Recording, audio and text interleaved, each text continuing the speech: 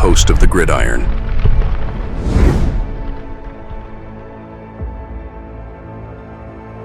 Let's go to the offensive grades for the Giants' Week 17 win over the Indianapolis Colts. Let's see who graded out here. Right, who was naughty and who was nice. All right, so let me once again share screen. All right, now we'll go to. All right, we'll find the Giants here. Go to the Giants and we'll pick out the game. Here we go.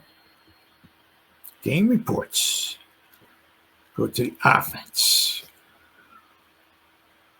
All right, good old Malik, huh? Not hard to argue there, right? Wan'Dale Malik had 2 phenomenal games, right? Of course, Drew Lock.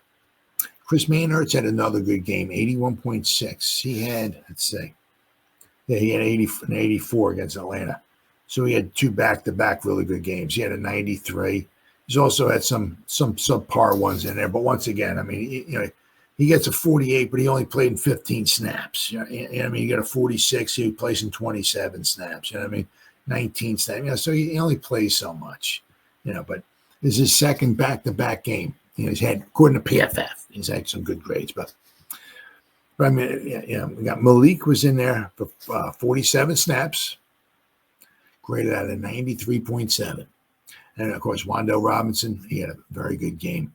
Now, you realize, I mean, even as bad as the Giants are and all that, I mean, you realize Wan'Dale's got over 80 receptions. He's on pace, but he might grab like 85 catches. Malik Nabers could have 105, 106, maybe somewhere around it. You realize that between the two, and Malik actually missed. I mean, thankfully, Wan'Dale has been healthy, so he's had a healthy season.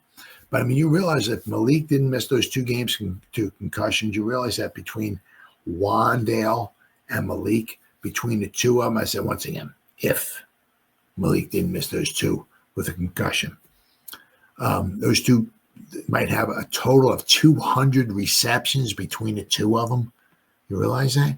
Of course, they're only averaging like 7-8 yards of reception or whatever, 9. I mean, not a lot. I mean, but might have almost 200 receptions between those 2 guys. I mean, wow. All right. So Wan'Dale was 89.6. He almost had a 90.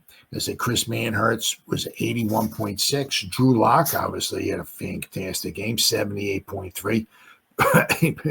Help protect the ball, which is huge, right? Joshua Ezeudu was in there for 9 snaps, 75.1. It was all run blocking now, right? Run blocking. Devin Singletary, 15 snaps, graded at 70.9. Darius Slayton caught the 1 pass, but it was a deadly one for a touchdown. 45 snaps, graded out of 61. Eric Gray was in there for 5 snaps, graded out of 60. Greg Dulcich was in there for just 1 snap, graded out of 60. Jalin Hyatt was in there for 10 snaps, graded at 57.1. Jake Kubas, obviously all 56 snaps, right? So here's your offensive line right here, right? Kubas' run block was a 59.3. His pass block was a 51. Right? GVR was the center, graded out of 50.9. Jermaine Eluemunor, left tackle, all 56 snaps, graded out 49.4. Apparently, I guess he had some issues with his run blocking. But Evan Neal, we got Aaron Stinnie in there at guard, who's a backup guard. Jake Kubas in there at guard, who's a backup guard. Evan Neal, who's a tackle, who's a backup tackle. Eluemunor is a starting tackle, but he's our starting right tackle playing left tackle. And then, of course, we got GVR in there, who is a starter, but he's a starting guard, and we have him playing center. It's just unbelievable. Absolutely unbelievable, right? But I said Evan Neal was 47.1. Aaron Stinnie, 43.3. Tyrone Tracy was 37 snaps, 42.1. And Daniel Bellinger was in there for 50 snaps and 41.4. So, but I mean, you can see, I mean, obviously Drew Lock did really, really well. Wan'Dale Robinson and Malik Nabers. So we did it. We had some guys in there, obviously, had some good games, but it's just mind-boggling. There's the five guys. Now one of them is playing. We got Jermaine Eluemunor, right? Here's your starting right tackle. Got him over there at left tackle.